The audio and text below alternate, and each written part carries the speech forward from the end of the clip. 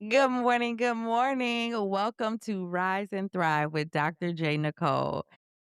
On this podcast, we are talking all things faith, wellness, and empowerment. And we are focused on rising in faith and thriving in purpose. Today, I have a very special guest with me, Mr. George Rice III. Some of you may know him as Coach Rice, some of y'all may know him as Chief. You may know him from his work as a consultant, as a speaker. Maybe even as a counselor. He has more than 20 years of experience in education, and he's impacting many lives. He's worked in the public sector as well as public schools, nonprofits, higher ed. He's been a little bit of everywhere, touching and changing lives. And he's also an author, right? He has a passion for college students and helping teams, whether they're athletic or even professional, to be able to improve their team chemistry and their productivity. So please join me in welcoming Coach Rice. Great morning, Dr. J. Nicole. Thanks so much for having me on. It's a pleasure. It's an honor. Let me just give you your soil, not your flowers. This is Okay. something that you have manifested. We've known each other about a year, and I'm just proud of your evolution, your obedience to the Creator, and even the ancestors as they visit us in their certain ways. And so I'm just super I'm honored and humbled by your invitation, and I'm looking forward to having a rich discussion with you today. Yes, thank you. Thank you so much for being here. And I love that you said soil because I do talk with people about the difference between like dirt and soil. And the thing about flowers, although they are very beautiful, by the time we get them, they're already dead. So, not to say and I don't want the florists mad at me because I still like my flowers, and anybody wanna send them, 'em, Imma receive them, right? But soil is much more, it's nutrient rich, and this is where we can grow, this is where we can thrive. So, thank you for that, and I love your choice of language. And yes, we did meet, not quite a year ago, but it hasn't been that long, but it feels like a while. But that's what happens when good people connect, right? Like, you're a friend of a friend of a friend is how we met, right? So, but that's what happens when you have good people in your life who have other good people in their life who have other good people in their life. And then Sure. it becomes we're good people in each other's lives. So it breaks down the distance. So today we are talking about spiritual growth, right? And spiritual growth isn't just about like what we believe, but it's about how we cultivate our faith on a daily basis. And journaling, meditation, and prayer are ways in which we can do that. They're extremely powerful tools that can help us deepen our relationships with God. It can help bring clarity into our lives. It can also help us navigate different challenges and bring about peace as well as wisdom. But how do we build these consistent practices? And how can we make them more meaningful rather than just another thing on our to-do list? And we live in a society that very much values output. And some people measure their worth by how much they're doing, right? So, in this episode, we're going to explore these transformative practices and the power that they really have to um, change our lives to help us live in purpose and to get into alignment with God's plan for our life. So, am I calling you coach today? Am I calling you chief? What you want me to call you today? Trey, you got the third. I could call you so many things. Look, I answer to all three, coach, chief, but my friends, my really, really good friends call me chief. My clients call me coach, but I tell them now, probably about the last 4 or 5 years, listen, my nickname is chief. That's how people know me. But it is what it is. But as you said that about how we've been programmed and how Mhm. no matter how, when, and where you grew up, what era you grew up in, there always has been an emphasis on doing. Mhm. Since we're in the spiritual realm, let's just get right to it. Mhm. We have songs, we have scripture, but if we talk about a song, one of the first songs I learned when I was a kid was God is. Mhm. And we're created in his image. And so a lot of times people think our value is based on what we do. But in the word, he also says, I am that I am that I am. Does he Mhm. not? He never says I do. Not so readily. We probably hear about who God is more than what God does. Now you can say who God is in your life, but the song says God is the joy and the strength of my life. He Mhm. moves now, of course. But what I'm saying is when we talk about spiritual practices, it's really a mindfulness because I believe the God that we serve, the divine love that we serve is mindful Mhm. about who we are, not what Mhm. we do. Now, of course, there's a record of what we do, but I think he's more concerned about who we become and who we are Okay. and how we serve people. So, of course, when you think about God, there's a whole bunch of names that we could say. But Right. more than anything, God is love, and love is mindful when it's real. Mm. So, when you think about how you go about your daily routine, Mhm. or if you have a system, or whatever you want to call it, your ritual, it requires mindfulness. Mhm. And so when I think about who I am in spirit and truth on my worst days and my best days, I'm just reminded. I have an affirmation that I've been writing all this year, and it says, I face this day with humility, gratitude, and confidence, and Mhm. prepared and in rhythm. It's very, very Mm. simple. And so when you talk about the spiritual nature of that, it's just a time to be mindful. It's not I'm writing that as a thing that is a practice, Mhm. but I'm also doing it in the hopes that I will just be versus do. So I'm saying I Mhm. face this day with gratitude, with humility first and foremost, because we didn't know we were going to wake up. Humility, like thank you, because Mhm. in my worst, you decide when I enter, you decide when I exit. So I'm True. humbled by the invitation to greet the day and face the day. Number two, I'm grateful that I have, at least as far as I know, I'm in my right mind. Right. I am able-bodied for the for the near future and the current present. And You be there are alright as long some as you stay in the gym. well, yeah. I mean, listen, it's one of those things in which we take for granted the day. We take for granted the ability. We take for Mhm. granted the gift. We take for granted all the things. And even on the days where I'm not in prayer and or meditation, I'm always saying, well, I thank you for a place to call work, a place to call home, a place to call Mhm. church. And again, that's just based out of mindfulness because Mhm. only we know the depth and breadth of who we really are when nobody's watching. And so when I think of who I would like to become, I think I am becoming who I intended to become in terms of not by what I do, by accolades or activity, but by that humility and gratitude. I trust and pray that I show up that way. Some people show up, and people you work with, go to church with, people show up angry. And again, that's fine. People show up in a bad mood. People show up Mhm. antisocial. Some people show up with an amazing amount of energy and joy, which is a beautiful thing. And that's why I say, I face this day with humility, gratitude, and confidence, prepared and in rhythm. And when I say I'm in rhythm, I'm not too high and I'm not too low.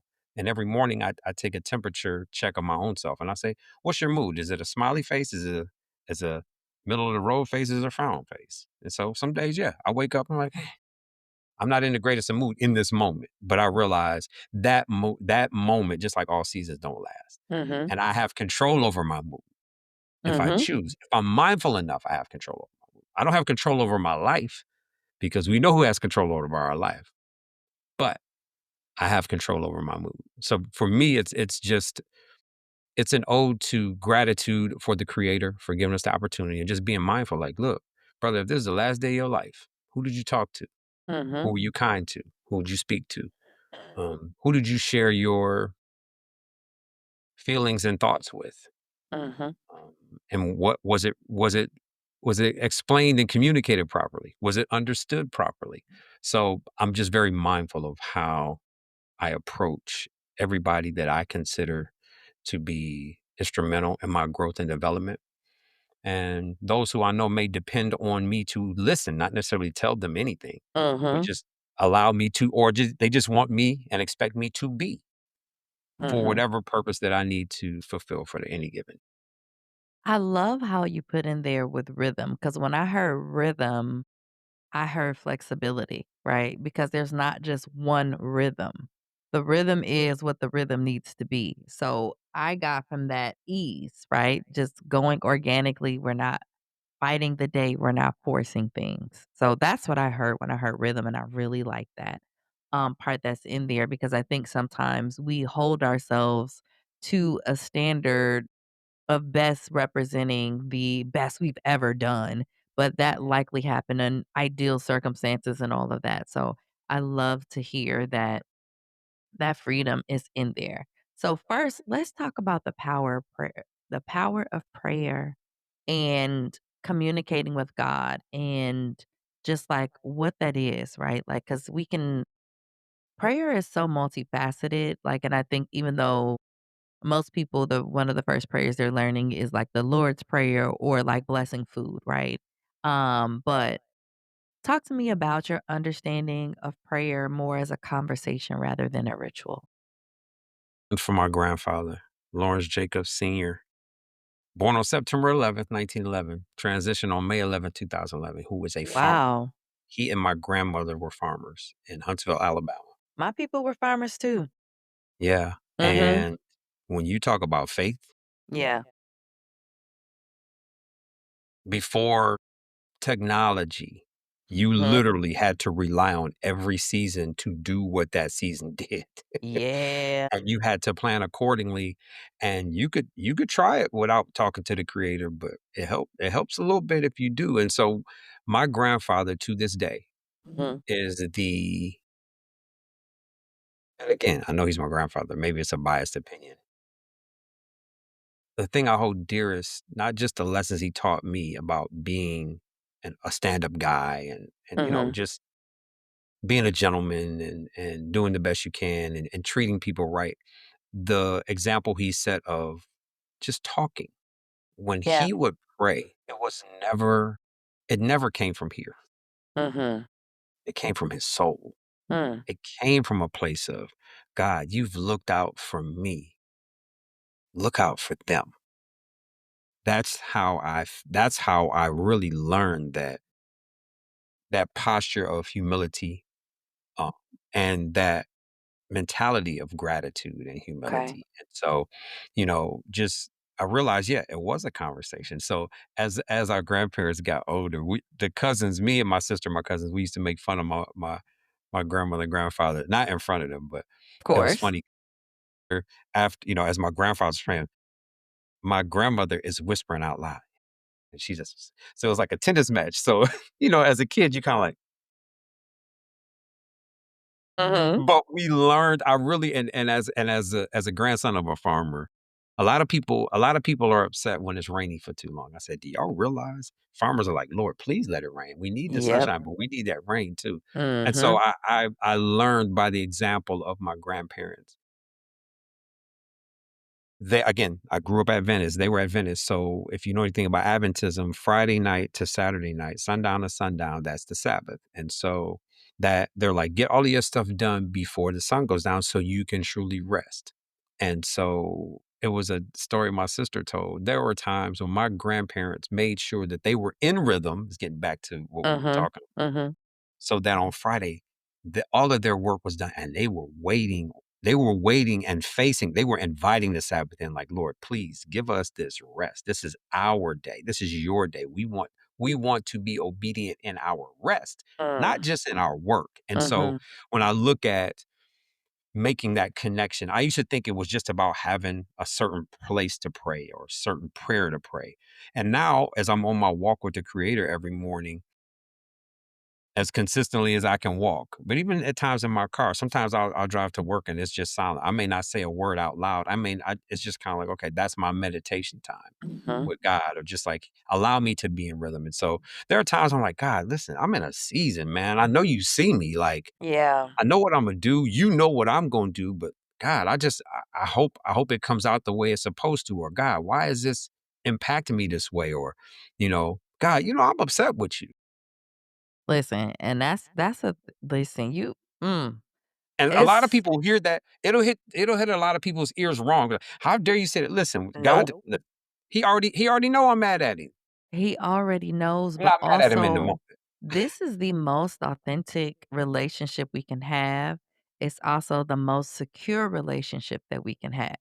He already knows your thoughts, he already Yep. knows your feelings, he is your father, but the difference between our earthly father and, like, our heavenly, like, caregivers or anyone we're in an intimate relationship, whether that's friendship, dating, marriage, or whatever, right? Like, we have to have room to have those real conversations, and we can have that with God, but we're taught, especially with our caregivers, we don't question authority, right? And God is the authority. So, but it's like, no, we have to talk to him like he is both to be feared and loved and respected, to be revered and all of that. And it's not just one thing.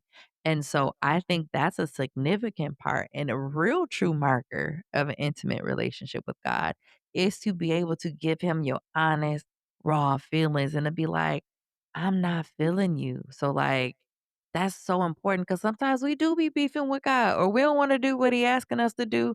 I know one time I was like, "God, you got me being weird, but Imma do it because I seek to serve you rather than man. I'm weird to man, but Imma be obedient to you," right? And guess what? It was fine. It was just in my head that I felt uncomfortable doing a thing. Sure. Sure. I Mhm. mean, I know my mother is a lupus thriver. Okay. She was diagnosed with lupus when I was 2. Wow. She didn't have a flare up, a major flare up until 2 months before I graduated from college. Okay. And I was interviewing, of course, as all seniors are doing. I was gonna get this job and because I just knew I was ready to work and make some money. I was tired of being a broke college student.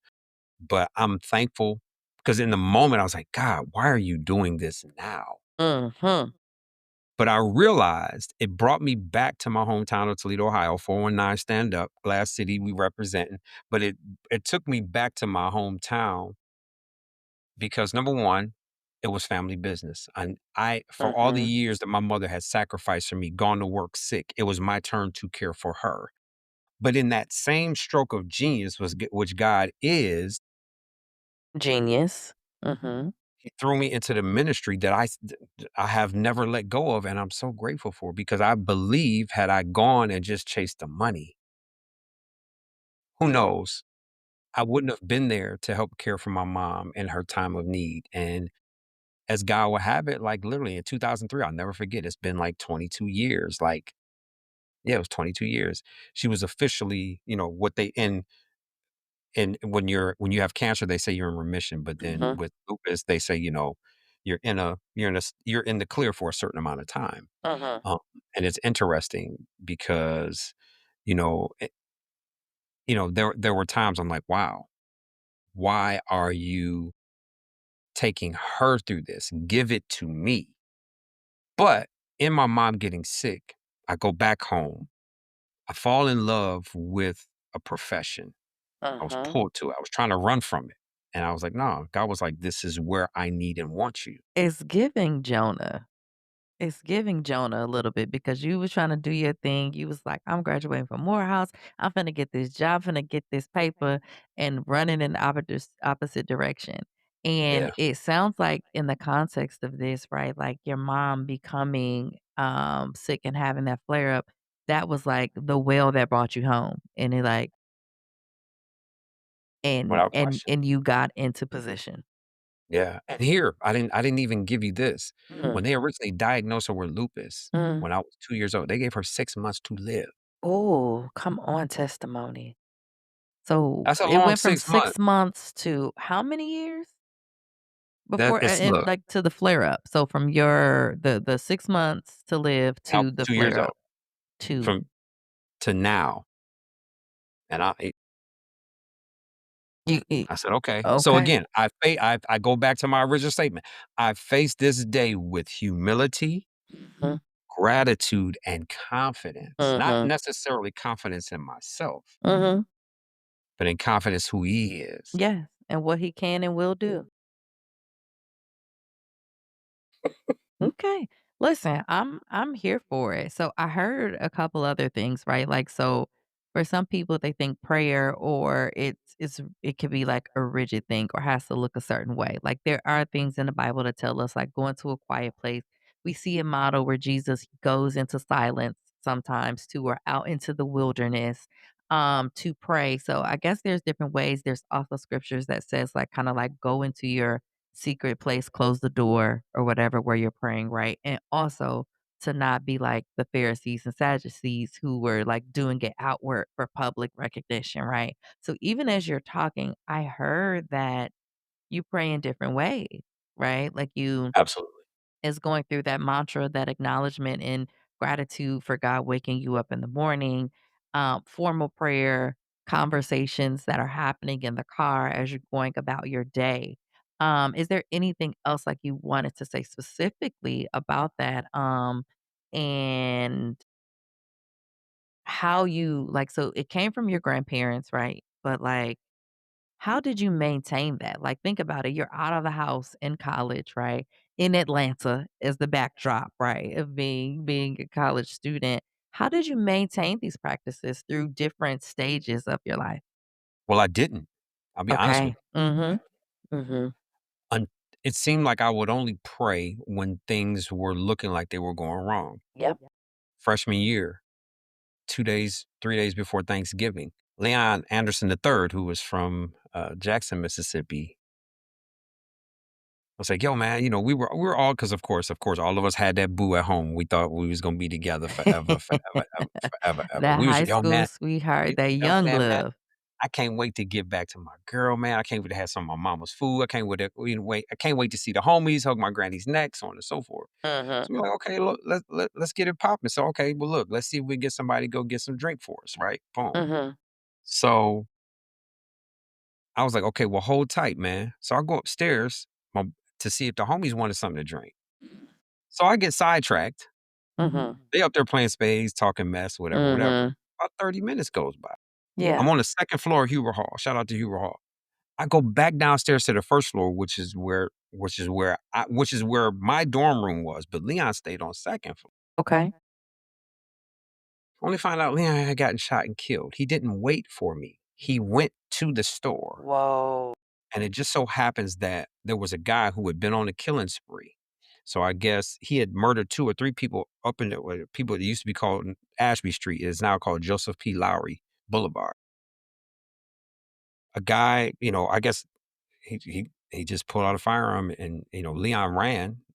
He pulled Yeah. out a 357 Magnum, shot him once in his back. Well, shot him twice in his back. Mm. So the bullet came from the back throughout it, pulled out came through his chest, Mm. and Mm. he ran Mm. into the street because he was running for cover, and he was hit by a car. So, I mean, either way, to My add insult to goodness. injury, he was hit by a car. Yeah. And in that moment, I just was like, If that's heavy. I could have very easily been the person that Leon was telling the story about. Or you could have been with Leon and it would have been both of you. Well, that's what I'm saying. I, Mhm. so in that moment, I was like, okay, God takes care of fools and babies. Clearly, I don't have a pacifier in my mouth. But I realized that some things, all things that God does, we can question it as much as we want to. Mhm. But for some reason, there was a lesson that somebody had to learn. Or Was it me? somebody's. Was it me? Well, I know I learned it. And in that moment, I Mhm. realized, being in the Morehouse Brotherhood, I was already in, the place, like literally, where it's the only place in America you can find 2,501 black men on the same mission, and ain't nobody scrapping and fighting and killing each other and selling each other drugs. At least Mm. not outwardly, right? And here I am, and I lost my brother because I was not my brother's keeper. I hear you blaming yourself. Your brother No, made no, it. no. It's no. In the moment, yes, I did. Okay. Absolutely. Okay. I blame myself, but at the same time, I realized the lesson was, Chief, it is your job to be a brother to whomever. Okay. That's a hard lesson to have to learn, but it's a lesson all the same. And so now Mhm. it brings me right back to the job I do, the work I do now with black and brown men at Montgomery College. It's like, there's a reason that I cherish my inner circle. There's a reason I cherish brothers like Dewan, who I met you through. Right. Just genuine brothers that I like. If I meet a brother that's genuine, we vibe like, bro, let's stay in touch. Is anything I could do to help you and Mhm. yours?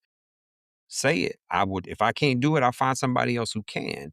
And so I just really, that was really that. That was the only lesson I really need to be a servant and to be a brother and be a person of your word. Like, bro, you said you was coming right back and you didn't. You okay. I hear you, and I really do hear you. I'm not gonna bill you for this, okay? Please Um, don't. I hear you and I don't. So you told him something, and you said it early. He made a choice to not wait. I would Yes. imagine by this point for you to call him your brother and the relationship y'all had, he knew that you would keep your word. He made a Yes. choice. You didn't do anything wrong. You came Great. back. That's how you know. You went back. Maybe you got a little sidetracked by them playing spades, but you told Absolutely. them you were coming back. So Absolutely. I I just want to make sure if no one's ever said that to you, that I said it, I heard it, it wasn't your fault. No, I don't carry it as such, but Okay. I realize the responsibility that I have to be a brother. Okay. That So it just to me, made it that's the it lesson I've always learned. highlighted it more. Yeah, and so a lot of Okay. people, like, even in my LinkedIn description, I say convener.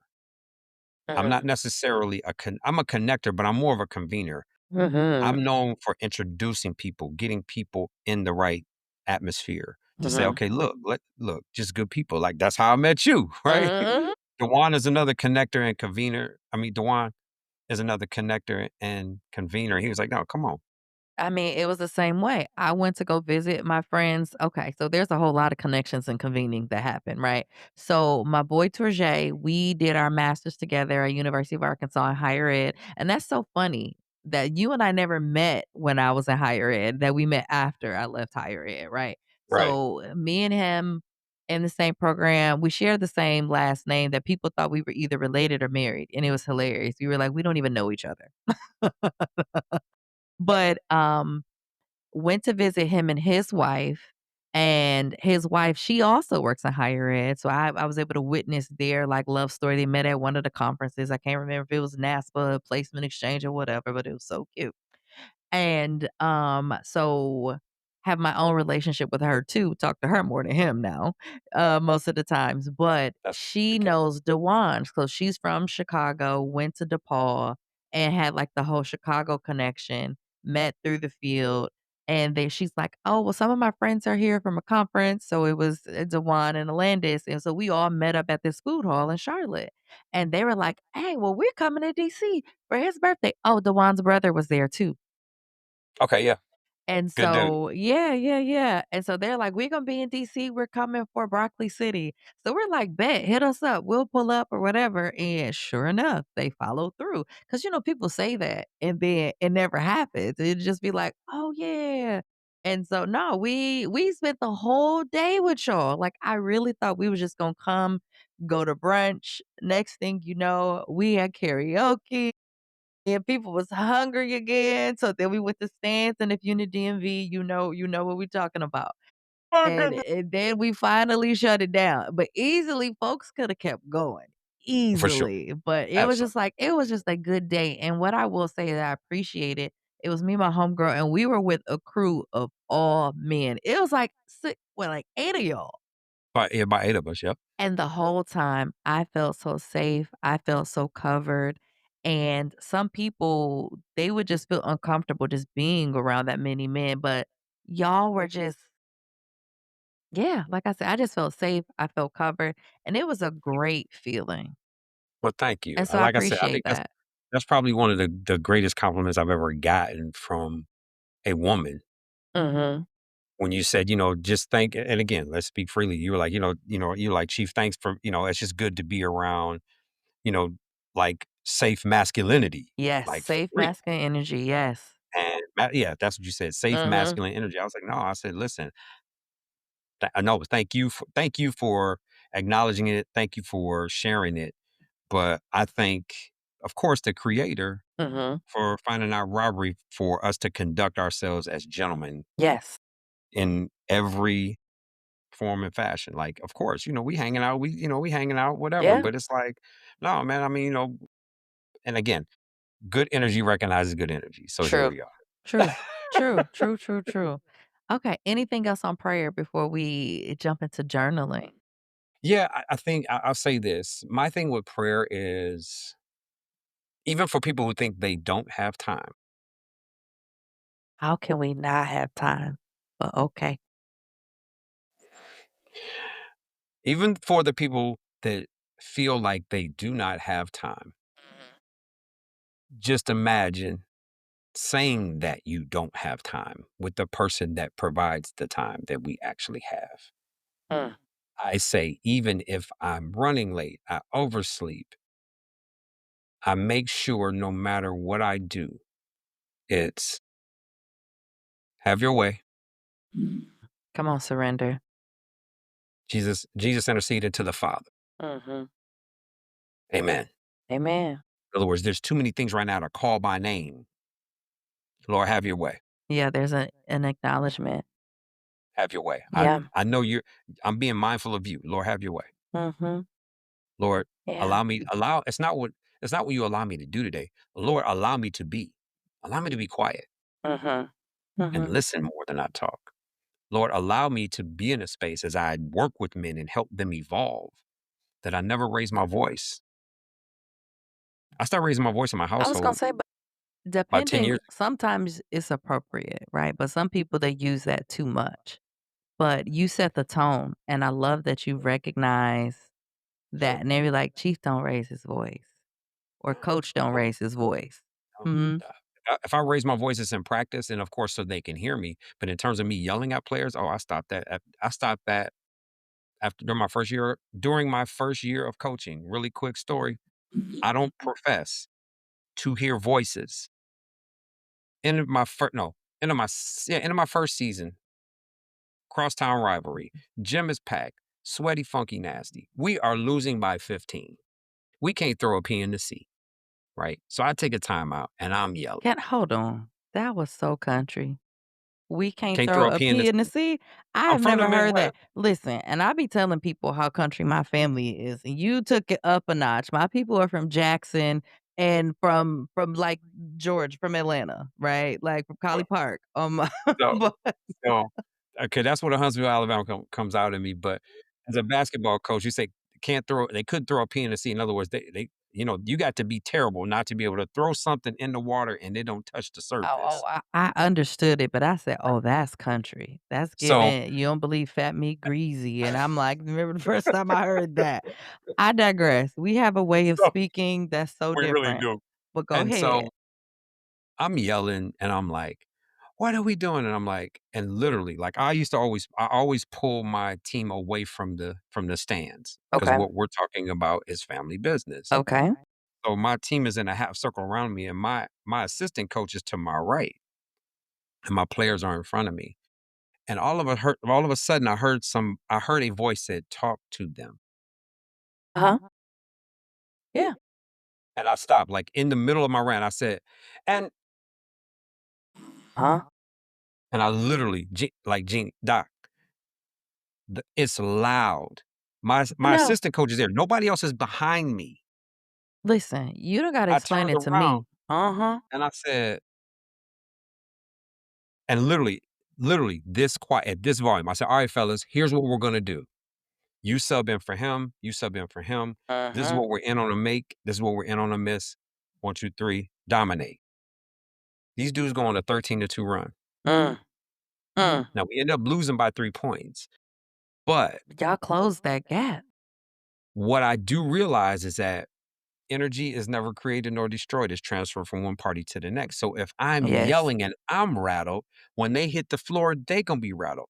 Never in the history of my coaching career have I ever put the ball in the basket and it counted towards my team. So if my energy is nervous and anxious, so is theirs. Yep. If I'm and what I realized with the young men that I've worked with, not a lot of people acknowledged their presence. And what I realized was I wasn't communicating, I was corresponding. And in that moment when I heard him say talk to them, I had an opportunity to Mhm. connect with them. And so people are like, well, what does it mean to coach? It means to connect. And so once I did that, the game got easier to teach, mistakes got easier to correct, fundamentals got easier to model, and community got easier to scale. Okay. Because even after guys played for me, they come back. They checking on my family. They remember when my kids were little, man. How old are your kids now? Yeah. Like I ran it when I was home 2 weekends ago. I literally had just spoken his name. He just finished his first year as a high school coach in Toledo. and he's my frat brother too. I ended up Okay. running into him, and I'm like, "Bro," I said, "I was just talking about you." I said, "Do I have the right number?" But I literally owe him a call this afternoon. Mhm. So that in terms of knowing, being mindful of the presence, like I said, when it happened to me, I was like, So, what you're in case listeners, it's not clear, you heard the voice of God. "Absolutely." And you're also describing one of the benefits of being in an intimate relationship with God. He speaks to you. And honestly, one of the things that we did Mhm. as a team before and after Mhm. was we prayed. When Mhm. we never prayed for a victory, we Mhm. simply prayed for sportsmanship, us to recall to join ourselves as a team that nobody from our team or other team ever got hurt. Mhm. And I remember after I won my first city championship, we stood in it after the trophy presentation, we stood there and prayed. Yeah. And people around was like, yo, I had never seen anything like that before. And I ain't coaching no Catholic school. I coach at a public school. Mhm. Some young men that played for me had never dressed up to go to church. I was like, no, we pre-games, we're shirt and tie, fellas. Yeah. We prayed before games. Like, and it was just, again, I knew in that moment that was the ministry I was meant to be in for as long as I Understood. wanted to be. Okay. One last thing in this area. What is like one tip or recommendation that you would give our listeners and viewers to develop and or maintain a heartfelt prayer life with consistency? As my grandparents were farmers, every relationship we have requires the same elements: water, sunlight, and love. Mhm. So water comes in whatever form you feel it needs to come in. That's a source. Sunlight is energy and or love. Treat it as if you don't nurture it, it could literally die at any moment. Mhm. Because we do what we do most. My grandfather was a phenomenal prayer warrior because he did it more often than not. Yep. It's like a muscle. Muslims pray 5 times a day. Jews pray 3 times a day. Mhm. And nobody's in competition, but what I'm saying is it becomes who you are, not what you do. Mhm. Mhm. So I say treat it as if it's a plant. Now, one thing I'm doing to stretch myself, I used to be a plant murderer. Not I am not the grandson of the farmer murdering the plant. well, I had it. Well, I used to. Then I got a Right. garden, and once I got the garden, I realized, okay, bruh, it's not just planting and water. It's a lot of other preparation, but it's a mindfulness of, oh, I gotta attend to my Mhm. crop. Like he never has a reminder to attend to us. So why do we need a reminder Okay.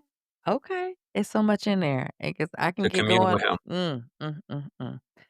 Okay. So we're gonna transition now into journaling as a Absolutely. tool for reflection and revelation.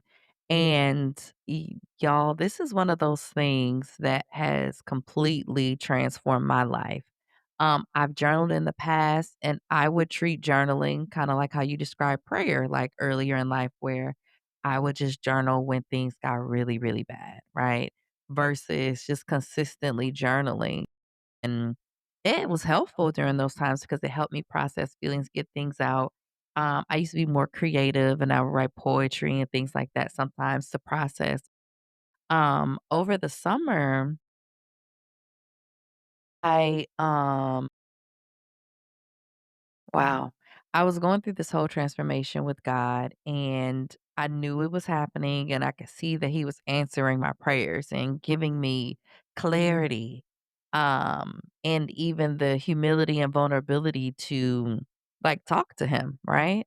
And the transformation was so like intense that I was like, "Yo, I feel like I need to be rebaptized," right? And, I talked to my minister about it, and he was essentially saying, like, "Jeannie, you don't need to be rebaptized, like, Jesus dying on the cross was one time was enough." Excuse me. Excuse me, and I'm like, "You're right, we not gonna disrespect Jesus and that sacrifice, he already paid the cost," but, like, I knew I was changing, but I felt like I needed something to match it, right? And so he was like, "Jeannie, all you have to do is repent," right? And so he was like, "You could do that publicly, you could do that privately." I was like, "Okay, bet." So then I came up into my apartment. I think I might have put on that Deep Focus playlist you gave me, or I listened to it afterwards, but I remember it was in the same day I listened to that for the first time. I put it on and I just took out my journal because I had started writing some, but this just really took it to the next level. And I wrote, "Dear God," and I start writing a letter of repentance, a letter of apology to God. And that turned into like 6 or 8 pages. I'd have to go back and look. And man, when I tell you things start clicking and shifting and moving that much more quickly, and I would do it every day, like, I could feel like I was dog tired, and I'm like, "I'm going to at least write, 'Thank you for this day,' express some gratitude." Next thing I know, I've written 4 pages. And so, I write pretty much every day. I travel, I take a journal with me. Um, but when I tell you it's been so transformative, so, like, I really wanna hear what it has done for you and how you've done it as a practice, where for me, it was, I thought it was one thing and it just turns into like a way of living for me, but yeah. Tell me about your experience I with think it. what we do in our own infant in our own finite wisdom Mhm, or infinite wisdom is it's easy to get caught up in what we do. mhm, And again, this is no strike against anybody who doesn't journal. This is mhm. a personal story about how it helps me. Yeah. Last night I was at Morgan State University. Shout out to the Bears of Morgan State. Thank y'all for having me. We were talking about time and energy management.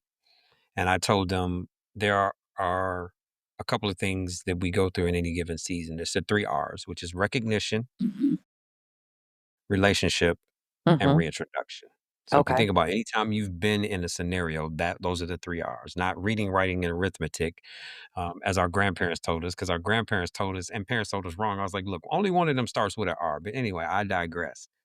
Y'all will catch that at the red light because arithmetic starts I with an A. got And it. last time I checked, writing Writing starts starts with with a a W. W. So, but I also told them there are 3 M's. And this is what I'm really, really proud of myself for doing. The first M is measure.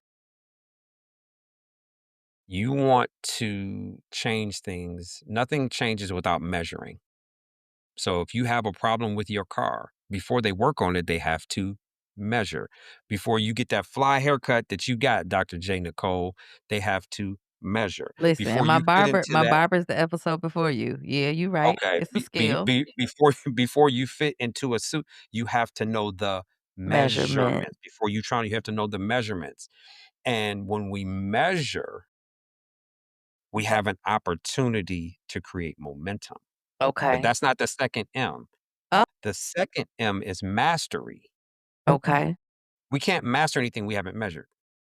So Right. my goal was to make sure that I got more quality rest in the last 2 years. So this year, I'm focused on measuring and mastering when I go to bed.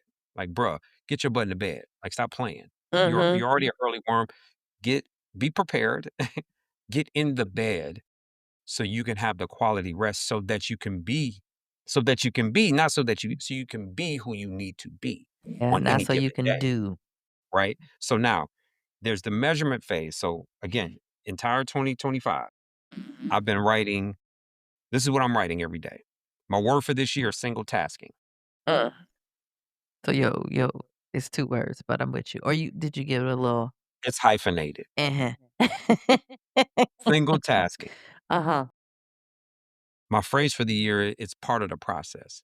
And every day Mhm. I measure what I call my core four: mind, health, balance, and wealth with 3 checks. 3 checks means excellent, 2 checks means average, 1 check means terrible or poor. I And I'm like it. honest with myself every day. So I assess myself every day. In Yes, and it's addition to that, if I can show you accountability. on the camera, I also put up there my mood. My Mhm. AM mood is a smiley face, regular face, frown face, I right? need you to put some more faces in between those, though, because it's a whole lot. Well, I mean, it's I either got you. I love it. You're mood it's either tracking is what I call it with my clients. You're mood tracking. exactly. Mhm. And then I have what is required, what is the return, and what is the reward for myself today, right? Required, return, reward. And You the you do reward. these threes. Well, the which is also every my line number, by the way. is it really? Yeah. I'm the 3rd? Okay, alright, so it was meant to be. So, what's funny is that our brain remembers things best in threes. And so, Mm, what I do is make sure that I check in with myself, the things that are required, the things that I'll do that have a return. mhm. Sometimes the things on my return list are, "Yo, who do I need to call or leave a voice message for?" Like, the other morning, I just literally my sister is literally my best friend, and so Love that. she's 3 years older than me. Shout out to my big sis. So I just realized, yo, normally me, her, and my mom text almost every day, but I realized I hadn't heard her voice, and I was like, yo, let me holler at my sister just on her way to. I know she's on her way. I said, hey, my nickname for her is Luda. All right, so Luda, I know you're on the way to work, but we call each other Luda, but that's a whole inside joke. But anyway, I was Okay. like, I hadn't heard her voice, but that was a return on that. Mhm. And the reward. So my reward today is the last 90 because I have a rule. The first 90 minutes of my day belong to me. Period. Love that. So Nobody can important. interrupt it. Mhm. Nobody from the time I get up, from the time I wake up and look at my phone, the first 90 minutes belong to me. I don't talk to anybody. I barely look at my phone. And this is I mean, another I'm not on reason why you need that intentional rest so you can rise early before people can even ask things of you. exactly. But what Mhm. I'm also measuring too, and it's happening already, Doc, my screen time. Mm. My screen time last week was 4 hours and 23 minutes per day. No, 4 hours and 31 minutes per day. Mhm. The week before that, it was 6 hours and 31 minutes. The week before that, it was 8 no, the week before that, it was less than that. It was 2 hours and but I was on vacation, so I was like, Yeah, Um, you just I taking a couple was on pics and vacation, that's about 2 it. hours, but before March, it was probably upwards of 8 to 9 hours. I was like, "Bro, that's too much." So now, How did once I never I'll ask measure, later, yeah. I was right? like, how Once did I you arrive measure at that being too much? well, for me, it was too much. For the Okay. things that I would like to do and the Okay. things that I wanna give more of my energy to, and I Got it. need to give more of my energy to, I gotta get off my phone. Okay. Because you could do a lot of tools. There's a lot of things you can get done on your phone. Because some people, Sure, they're like, "It's just being on the phone." For me, I believe it's what you're doing on the phone and how it sure. aligns to those, purpose and what you're Right. doing. Yeah. And until I've gotten those things done, but what I'm saying in terms of getting back to your original question, Yes. what journaling has allowed me to do every day is literally measure Mhm. where I am so that I can master what I Huh. need to start doing or what I need to stop doing. Mhm. The last M is manifest. Okay. So you Measure, can't manifest, mastery, right. manifest. So Okay. we can't manifest what we don't master, and we can't master what we haven't measured. Mm. So it helps me on any given day to remember what kind of mood am I in? How am I really feeling? So when I ask people how you, I don't ask people more specifically. I don't ask black men how they doing anymore. I stopped that I about 3 years doing ago. the same thing I too. said, Yeah. how you feeling, black man? Hey, bro, I'm tired. Okay. Mhm. And I had a student. Shout out to a former student of mine. She graduated from GW in 2017.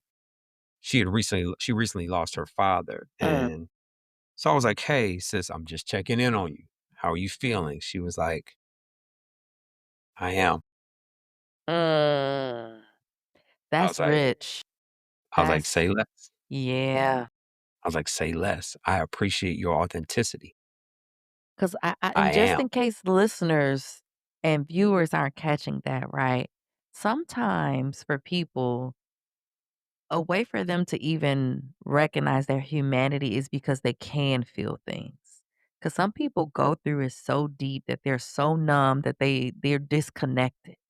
They're dissociated from themselves experience. They're so detached. So for her to say, "I am," man, that to me, I heard a whole lot more, even though, like you said, say less. Understood. And now, for some people, when I hear brothers, especially when I'm on the phone with my inner circle, Mhm. brothers that say stuff, I'll be like, "Say more. Mhm, mhm. Tell me more. Mhm. If you got the time, I got the ears." Yeah. Right? I'm like, "Say more." Because I felt your energy there, like, "Bruh, say more." I feel like if you don't get it Mhm, out, I won't understand it, but mhm. moreover, it could possibly carry over into the next person you come in contact with. I'd rather Absolutely. you get it out while we're in community, Mhm. and that way you don't transfer it into other places. I do some work with I've done some work with Montgomery County Police, Mhm. and I asked them the question. I said, "Since," and this is right after they've just taken their oath. They're literally, when we're finished with them that very next day, they start their first day. Yeah, And I say to them, I said, "Well, let me ask y'all a question. I don't care where y'all grew up. Who were you when the cops showed up?" And I said, "Just remember that when you show up as the cops." I said, "Because you're gonna see some of the most horrific things, or there are yeah, gonna be some times you're gonna have to show people a dark side of yourself in order to maintain order and peace and be on your post and make sure everything is in rhythm. yeah. The very next place you go to may be somebody who's been in a car accident and they are shaken up." They gotta Or shift a lot. yeah. So I'm always very mindful, especially when brothers are sharing how they feel. I'm like, "Brother, I'm listening. I ask you how you feel because I got time if you need it." Yeah. And I think what happens because we're so separated by devices that are meant to help us, we don't leverage them. We don't leverage our in person energy the way we should. Mhm. And that's what it was intended for. And getting back to how it relates to helping us in our spiritual walk, our relationship with God is the most intimate one we've ever had the opportunity to embark on and invest in. But some people never tap in, or they weren't in a position like you were to have it modeled by your grandfather, where maybe they were born into darkness, right? Where people had turned away. And some people, they have to rediscover it, right? Because we're born, we're mind, body, and spirit, right? Like that's in us. God is in us. But if that's not cultivated, if it's not nurtured, if it's not water, if it's not getting the sun, if it's not getting all of that, then what, right? Like we have to understand people are in different stages of this journey, or like we might be on the same track, but we don't start at the same point. Absolutely not. And it's the intimacy that I feel that has not been modeled. Mhm. Mhm. And what happens is if it's not modeled, people don't want to begin to understand what it means to be intimate with the creator. Or they And don't know so why how a lot of people can't commit to this yeah, is it's because starting it somewhere. requires you to be a beginner. And people are like, what's your advice for Oh, people? I was like, no, be okay with being a beginner. I love that. I Because love guess that. what? Today is what? March 26th, 2025. Mhm. We both began. And did. Tomorrow, God willing, we Mhm. will begin again. Mhm. So it's not success or failure that people fear, it's maintenance. When really maintenance is the determination between success and failure too.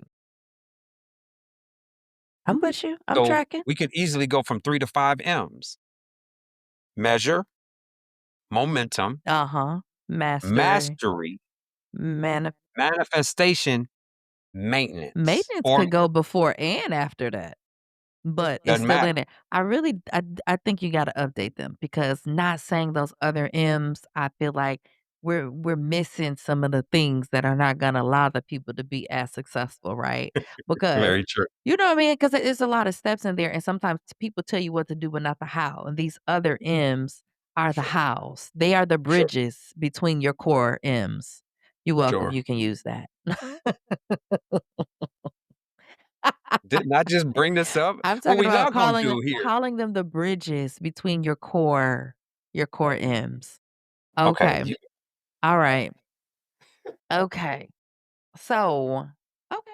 I think you kinda gave the people what they need. So really quick, I like if you wanna share that framework again, what you do in your journal, your checklist, and how you're checking in, so before my we so I always this is just my system. I challenge people to have a word for your season. If it's for Mhm, your year, for your quarter, for your week, for your month.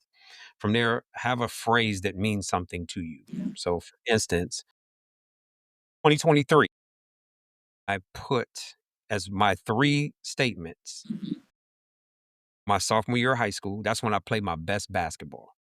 Most mhm. people are like, Wait, "It you wasn't your said senior?" 2023. I And thought you no, said I'm saying in Oh, 2023, this is what I wrote in my oh, journal. okay, got it. I was like, "Wait, I I you're not wrote that my young." I girl, please, I'm 21. So so I wrote my sophomore year of high school. That's when I played my best basketball. Yeah. Most people are like, "Wasn't your senior?" I was like, "No, it's my sophomore year." Mhm. Secondly, what I wrote down was every opportunity is the last opportunity. I like it and there's pressure, but some people respond well. It's what I needed. I'm a competitor. Okay, so that I'm not works an for you. obsessive so I'm a competitor. But I also wrote down 3 manifestations. One was, I will have joy, Mhm. number 1. Number 2 was, what did I say? I will earn over 6 figures. Okay. The 3rd one was, I will be out of consumer debt. So about halfway through the year, I wrote these every day in 2023. Yes. Halfway through the year, I changed my phrase simply to, I am joy. Yep. I am earning. Yes. I am out of. Yes. So what do you think happened at the end of 2023? All of those things happen because you became them. It's going into every fiber of your being. When you write that power of writing is so important because one, you thought it, right? Second, I don't know about you, but when I think, I hear, right? Without any external thing. So we think it, we hear it. You're seeing it because you visualizing it, right? Then you're writing it, which also means you're reading it. And you're hearing it again because as I'm writing, I be thinking it, right? And then you're also reflecting. Like it's sinking in, it's processing in your body, your brain takes all that in. And then it is like seeps into even like just like the cells of your body and everything moves to make those things happen where you might forget. You're not even, like, actively thinking about it, but you've already given your body, your brain, the instructions, "This is what we doing, and this is how powerful our brain is." Allow me to apologize and correct my English. I said, guess what? Did I say guess what happened? I think I may have said guess what happened at the end of the year. Guess what he did for me I like at that. the end Come of on, the year. Glory. Come on, Glory, give it to him. It wasn't because I'm that sweet. He I heard wrote the you. vision and made it plain. You go into the word now, write the vision, make it plain. Or Yes. you could even go to Proverbs 16 verses 3. Commit thy thoughts commit thy work to the Lord, and thy thoughts should be established. Right? We can do Mhm. any of that, right? And I'm saying that with that, I literally allowed myself to submit. That surrender. That's so important. The song doesn't say I surrender some. It says I surrender all. So I surrendered it all to him. How I was feeling, because I said I will have joy. Like, bruh, you've had joy. You just didn't recognize it. Mhm. Right? Was it common to say it don't take a whole day to recognize sunshine? I was like, bro, you got joy. You are joy. You look joy in the mirror every day. You are joy. Yeah.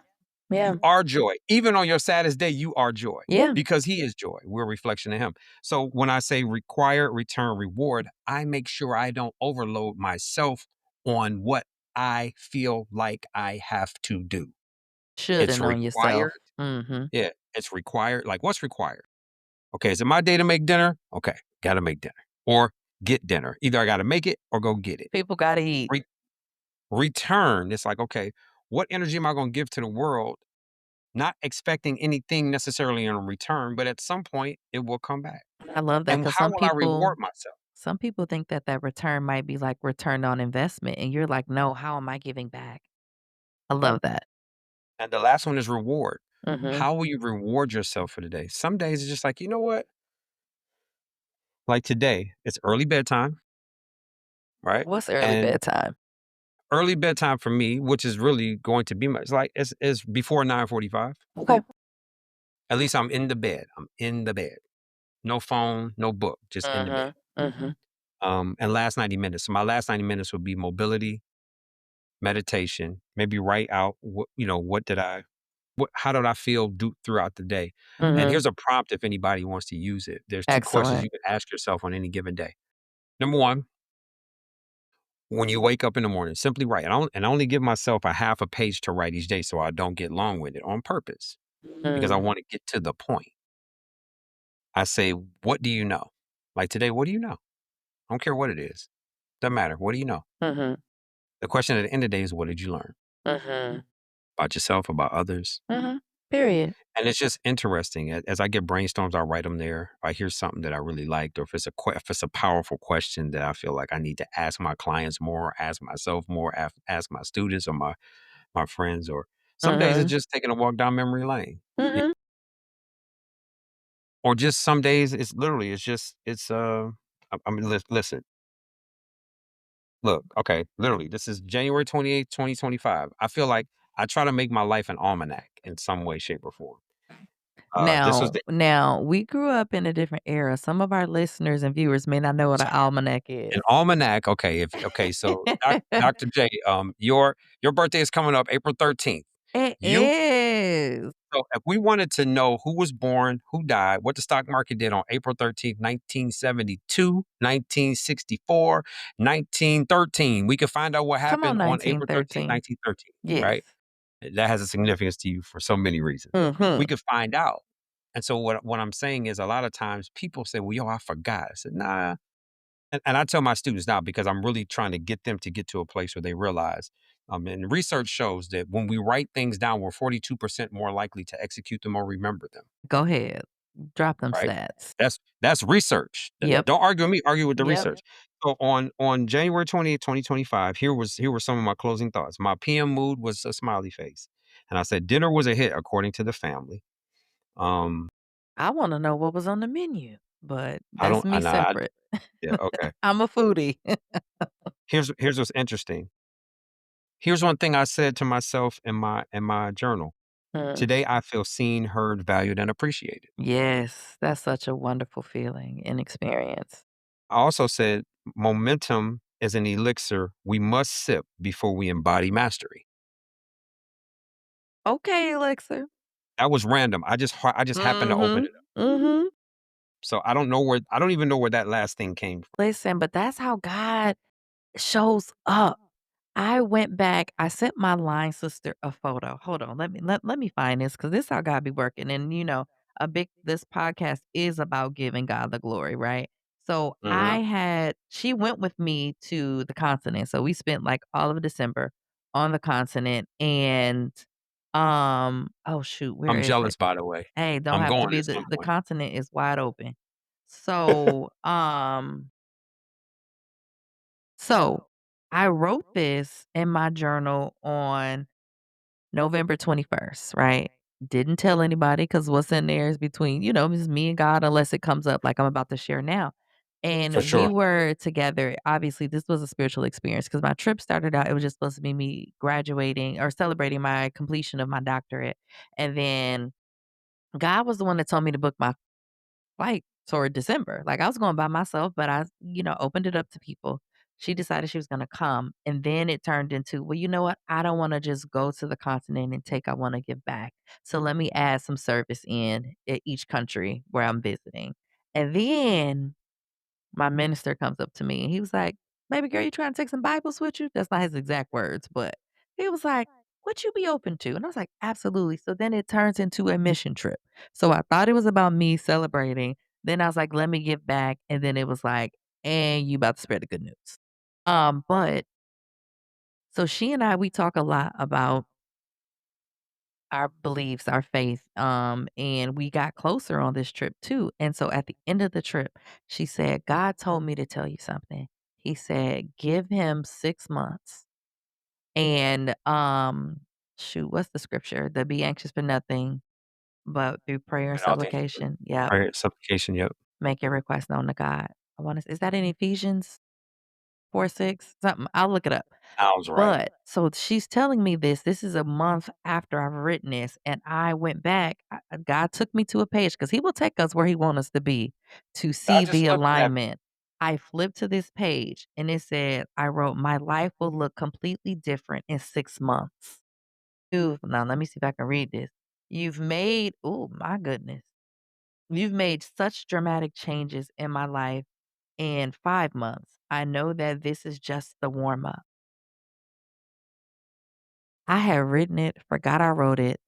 She tells me a month and something later, and then it pops back up on March 13th that I'm on this page. Like, God's just reminding me. Because even when she said it to me, I was like, yeah, that's because I tricked off the first 6 months in 2024, trying to heal, not really trying to heal, but not just like surrendering to Him. Right. And so I love that it's here, it's written. So, like, when you said that's the almanac, you have those things to go back to and like to really see and track and see how He really do be moving and working. And the way He's moved and worked, if I was not keeping a written journal of these things, Yeah. it's Let me share easy to one more. forget. Go ahead. Let me share something from the very next day, Okay. January 29th, Mm. 2025.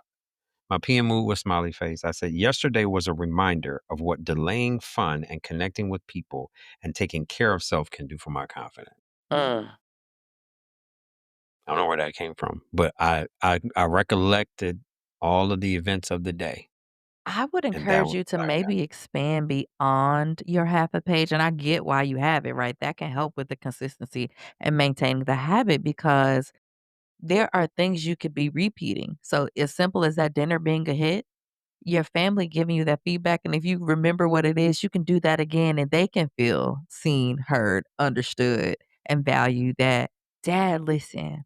My husband listened." You know what I mean? And did the Yeah, thing, "We like this, and we know that he does it because we like it," right? And so, even with that, whatever you experience in that day, these are things we can replicate. right. And even as we track our wins, biggest wins from January 2025, documented all 31 days in January. Mhm, Finished Relentless by Tim Grover for the second time. mm, Wrote my manifestations daily. mhm, Stuck to dry January and a plant-based diet. mhm, Got myself back into a rhythm fitness, walked 83.2 miles. mhm. Prioritized quality rest consistently. Connected with people in real time and spoke for Bowie State and Howard University. Booked flights for vacation and submitted my PTO. Listen, and to a lot of people, they're like, "Yo, that's my year." He did that in a month, but that's what that intentionality with you're taking that time for yourself in the morning and the evening. Those things are really important. So, I think this is a good transition and a segue so that we can spend some time on meditation because these are all things that go together. And with this, I Mhm. do want to ground this in a couple of scriptures, right? Because there is biblical foundation that supports meditation. So we have Joshua chapter 1 verse 8. Keep this book of the law always on your lips. Meditate on it day and night so that you may be careful to do everything written in it. Then you may be prosperous and successful. This is essentially what you're talking about too, writing your manifestations too, and Mhm. that it's there with you. So then prosperous, successful, right? So this tells you the benefits of meditation. Obviously, they're talking, this is in the Old Testament, so they're talking about like the law of Moses. But we can apply this as well to our daily lives. And then the other scripture is Psalms 46:10. And this one says, because the thing about meditation, right, is that like we're in a quiet space, we're settled, we're eliminating distractions, right? And I believe like with meditation, it opens up a space for like deeper intimacy with God, for him to communicate with us how he needs to communicate with us, right? Because I think it's unique and individual because he created us. We're each uniquely and wonderfully made, right? And he knows how to communicate with us. And so this one, I think a lot of people do know. He says, "Be still and know that I am God. I will be exalted among the nations. I will be exalted in the earth," right? So this highlights the importance of that stillness. So, with that in mind, how do you practice like stillness and meditation? And like, what recommendations would you give to others to incorporate this into their daily spiritual practices? Again, we've been programmed since the time we were born to move and do. I meditate daily. It ranges from 5 to 10 minutes depending on where I am. I used Mhm. to meditate with meditation music. Now I meditate in complete silence And that's a beautiful progression. because sometimes we feel like we have to have a certain noise to get in rhythm or alignment. Mhm. I'm a runner. 6 years ago, Mhm. I stopped running with headphones in my ears. Mhm. And there are even certain days I'm in the gym, I don't put earbuds in my ears. I was like, Mhm. dude, unless, if I'm listening to a podcast or something, but like in terms of music, I was like, bro, you don't need it. Like if people are like, well, yo, I gotta have my music. Like, Mhm. no, you need to move. You Mhm. think that it's a conditional agreement. But I I like that. meditate in silence. And one Mhm. thing I said I would do this year, no matter where I am in the universe, and it's a challenge for any and everybody. You don't have to do this, but I even challenged my students. I said, you know what? Find one thing you can do every day that costs you no money and very little time. Every day I watch the sunrise, whether it's raining, sleeting, snowing, or hailing. Like I don't care where I am. Some days I'm in the gym and I'll stop and I'm working, but I'm making sure that because the windows at my gym face east. So Yeah. I'm like, boom, I make sure I take, my little break or okay, I'm watching the sunrise. But what I'm saying is most people don't realize, and this is why it's again, every day we begin. Because guess what? Most people don't know until they watch it.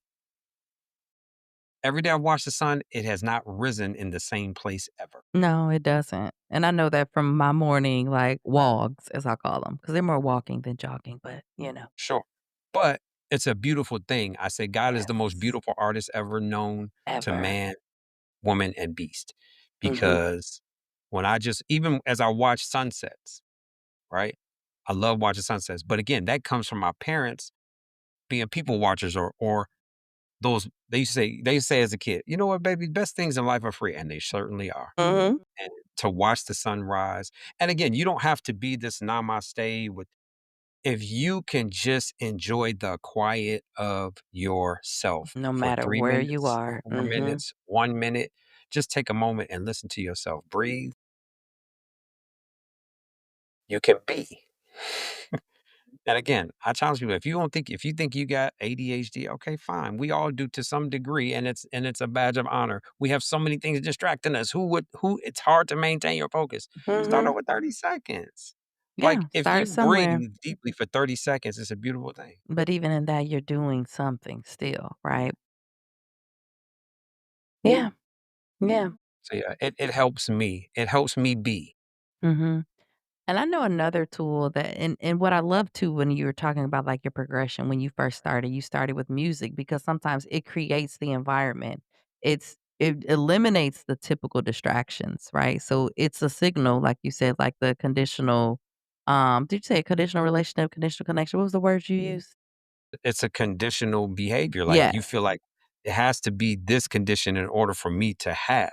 And it This has to starts be in order for me to have. yes. You said a different word, but I like the way you said it. But yes, sometimes we do need to create the environment to reinforce the behavior and then hope to progress to just having the behavior and not needing this conditional portion of it. But I didn't realize that I was doing a form of it in the morning. I love the daily refresh in the Bible app. Mhm. And when you get to, like, that 3rd part where you're, like, the prayer and spending time with God, there's they have the little play button at the bottom, and it does create, like, the small like, it gives you nice little soft music. It can be like a piano, whatever. I enjoy that, and I remember when I first started doing them, some of them would tell you to breathe, right? And I would do it. And now even if they don't tell me to breathe, I breathe a few minutes and I start talking to God before I even read like the script and the prompts. And I save the different prayers that they put in there too and add those prayers. And so then I'm doing like 5 prayers before I get to the end because it'll show you random ones if you add them. But saying this carved out this time and then I would look up sometimes and I'm like, yo, I've been on this for 30 minutes. Mm. But it doesn't even feel like it, but it just feels good, and there's one particular piano rhythm that they have that I love, that when I hear it, it instantly puts me at ease and brings kinda like a peace where I'm like, "Yes." And I go into giving God glory, and I just go into talking to him about whatever's on my heart, so that's a tool, I still use it, but I do that plus. And when it's a regular rhythm, and like you said with your grandfather, like, it's organic. It was just a conversation. And so these practices, whatever tools you're using, whether you're starting with music, starting at 30 seconds, like, you just have to build it up, and then it becomes organic and it takes on a life of its own. The language becomes natural for you, right? Like, where it's organic now for me to talk about God, to thank God, bring him into everything, right? Like, I don't even know,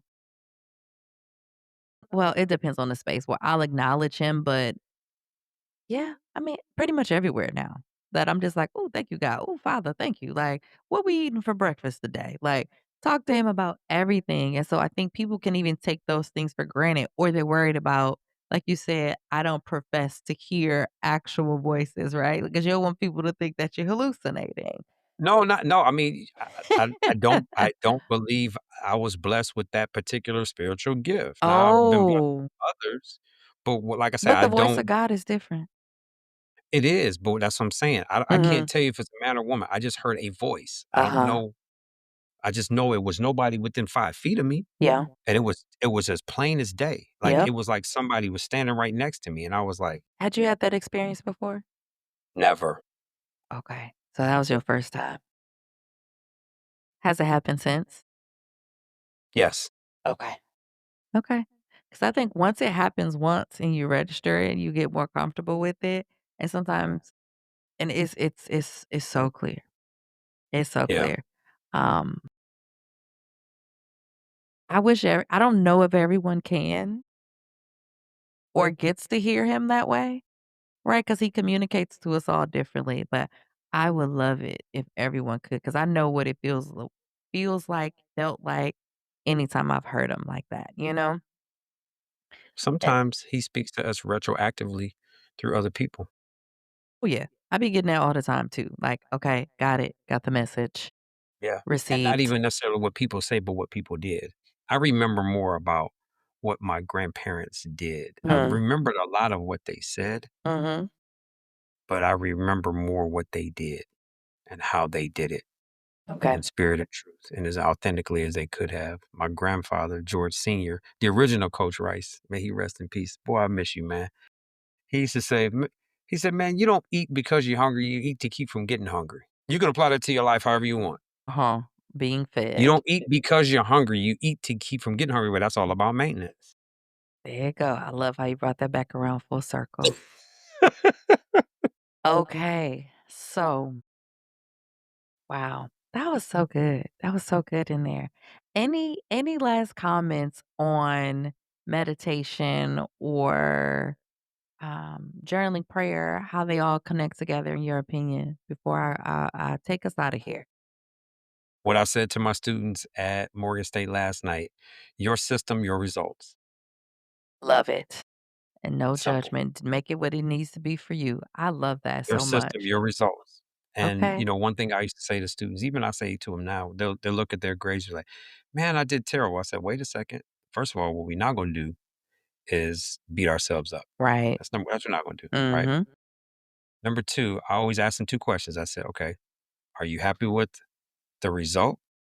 And they'll Mm-hmm. say no. I said, are you happy with the work that you put in to get the result you got? Right. The preparation. And they're like, well, no, I'm happy with the work up. And I said, okay, You you did know, your best. you did the you did you let go of something, you got a hold of something, you did something you had never done before, and you got a result that you didn't necessarily expect or desire. But if you have no regrets about the work, I love how you frame that. It removed the judgment because everyone does the good or bad. Is it proper? Is it right? Is it wrong? Like these polarities, right? Like, and then if I'm not this, then I'm that, which can cause people so much stress. Okay. Well, again, Coach Rice, thank you so much for being here today, dropping these gems. We got the triple R's, we got the triple M's with the subset of the twin M's. You know, we got all the things going on here. So, if you could leave our audience with one powerful truth to help them rise and thrive, what would it be? in the words of the Winans, millions didn't make it, but I'm one of the ones who did. Now, they talk about it as if they're already in heaven, Mhm. but I always say every day we see, we couldn't have bet our last 50 cents that we would see it. Mm. So when people say, "Hey, man, how you feeling?" Look, man, millions didn't make it, but I'm one of the ones who did. So clearly I got something to do. Or I need to be somewhere and to be someone. And to rise and thrive, I feel like that's the mantra. Millions didn't make it, but I did. So who am I going to be today? Who do I need to be today? Mhm. And when you find out who you need to be, he will lead you to serve whoever you need to serve. Yeah. And what came to me when we say need to be is just like who I was created to be, essentially. Yeah. All right. Thank you again so much. Thank you. All I right. appreciate you. To the audience, it's time for reflect, action, and affirm. So, for your reflection question, which of these practices do you currently engage in, and which one do you want to strengthen? Okay. So, that's your unofficial homework, but to reflect so that you too can rise and thrive. And then the next step is taking action. We want you to set aside 10 minutes today to either journal, meditate, or pray, right? Like Coach Rice said, your system. You can do it how you want to. You want to do a combination of them. You want to do what you need to do. As long as you do it, take those 10 minutes for yourself. You're worth it, and you will never regret investing in yourself and pouring in. And finally, I'm going to leave you with an affirmation. I create space for God daily, knowing that in stillness, writing, and prayer, I grow closer to Him. All right. So, thank y'all again for tuning in for another episode of Rise and Thrive with Dr. J. Nicole, where we are rising in faith and thriving in purpose. And want to give one last thanks to our special guest. Coach George Rice, where can the people find you if they want to stay connected? If they're like, man, he was dropping those gems, like where can the people get some more touch points, be fed a little bit more? Please, if you find in our rivalry, please add me on LinkedIn. It is simply Coach George Rice the Third. All right. So LinkedIn, Coach, I was gonna say Coach. Let me tell you a real funny story. I told you my family's country. I was raised by my great aunt, and there were certain words that she could not. Oh, that was her coming through. See the ancestors. You, Poet. she would say Corch, yeah, and electricity, but it was Corch. Auntie Marlene just came through in that moment. So that's so interesting. But yes, Coach George Rice III on LinkedIn. Stay tuned, stay in touch, and yeah, we'll see you next time. Thanks for tuning in.